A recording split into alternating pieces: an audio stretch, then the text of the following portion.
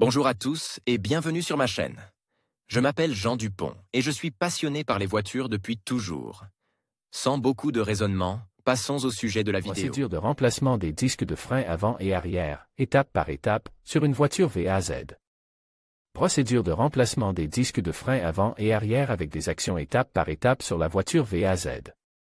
Conseil pour le propriétaire de la voiture. Le disque de frein est une pièce importante de la roue de la voiture et de l'ensemble du système de freinage, qui est responsable de la qualité et de la rapidité du freinage de votre véhicule. Il est responsable de la qualité et de la rapidité du freinage de votre véhicule, ce qui permet de réduire le nombre d'accidents. Par conséquent, si vous constatez des problèmes avec le système de freinage, vous devez vérifier les disques de frein, qui sont être déjà usés et doivent être remplacés. Cette opération doit être effectuée à la fois sur les roues arrière et sur les roues avant. Dans cet article, nous avons effectué le remplacement sur une voiture VAZ 2110, mais l'opération est similaire sur d'autres marques. Quand dois-je remplacer les disques de frein? Si l'épaisseur du disque ventile est inférieure à la norme, à égale 17 mm et celle du disque non ventile, à égale 10 mm, ils doivent être remplacés. Le battement axial de la surface du disque de frein ne doit pas dépasser 0,15 mm. Il est erroné de mesurer l'épaisseur à l'aide d'un pied à coulisse, car cela ne donne pas de résultat correct. Cette procédure ne doit être effectuée que dans un atelier spécialisé. Si des abrasions profondes, des rayures et d'autres défauts apparaissent à la surface du disque, celui-ci doit être remplacé, faute de quoi un accident ne peut être évité. Ces défauts ont également un effet significatif sur la progression de l'usure du disque. Dans les ateliers spécialisés, un tel disque peut être affûté et rectifié, mais uniquement des deux côtés, à une profondeur uniforme. Et seulement si, après rectification, la largeur du disque de frein n'est pas inférieure à la norme autorisée.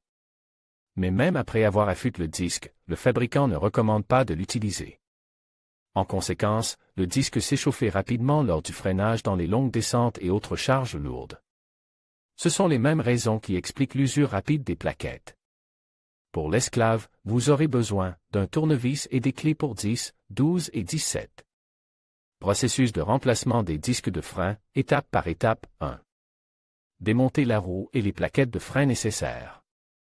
2. Ensuite, dévisser les deux boulons qui fixent la mâchoire à la fusée de direction et retirer l'ensemble de freinage. Ne le déconnectez pas du tuyau de frein du cylindre de roue. 3. Ensuite, l'étrier entièrement de monte doit être accroché au ressort de suspension à l'aide d'un fil ou d'une corde. Veillez toutefois à maintenir le tuyau de frein dans une position lâche afin de ne pas l'endommager. 4. Nettoyez le disque, les boulons de montage et le moyeu de la saleté et de la rouille.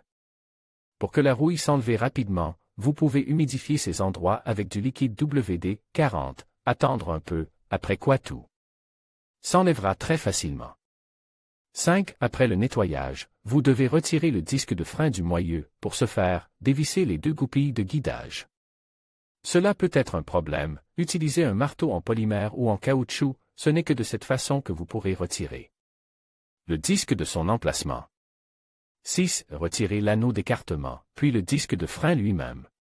7.